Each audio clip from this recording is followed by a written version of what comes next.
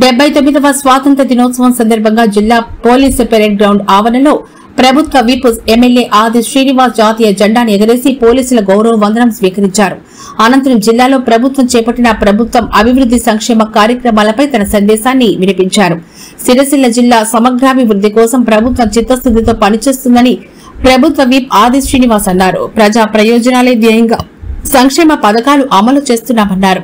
మహిళా సంఘాలకు petrol bunk, food processing వంటి యూనిట్లు కేటాయించి ఆర్థికంగా ఎదిగేందుకు ప్రభుత్వం చేయూతనందిస్తుందన్నారు. జిల్లాను అన్ని రంగాల్లో అభివృద్ది చేసేలా ప్రభుత్వం చేయూతను అందిస్తుందన్నారు.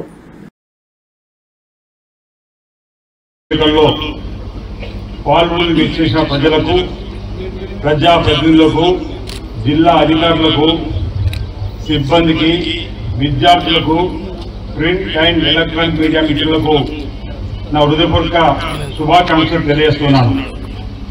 దేశానికి స్వాతంత్రం వచ్చి నేటితో 78 పూర్తి చేసుకుని 79 వసంతులోకి అడుగు పెడుతున్న సందర్భంగా స్వాతంత్ర దినోత్సవ శుభాభివందనాలు.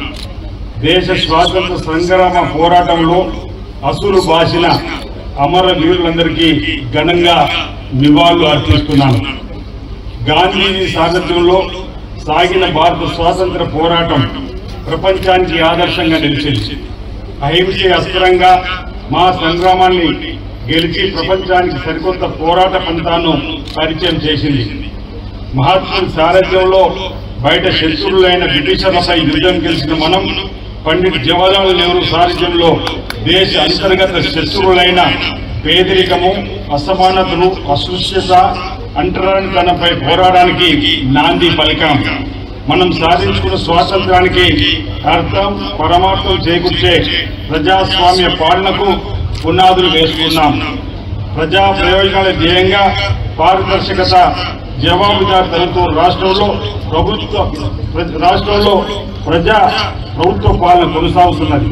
అభివృద్ధి, సంక్షేమం, సమపాలనలు రంగరించి జోడు గుర్రాల తరాల్లో సుపరిపాలన వ్రతాన్ని పరుగులు పెట్టించడంలో సఫలీకృతం అవుతున్నామని జిల్లా ప్రజలకు తెలియజేస్తున్నాను.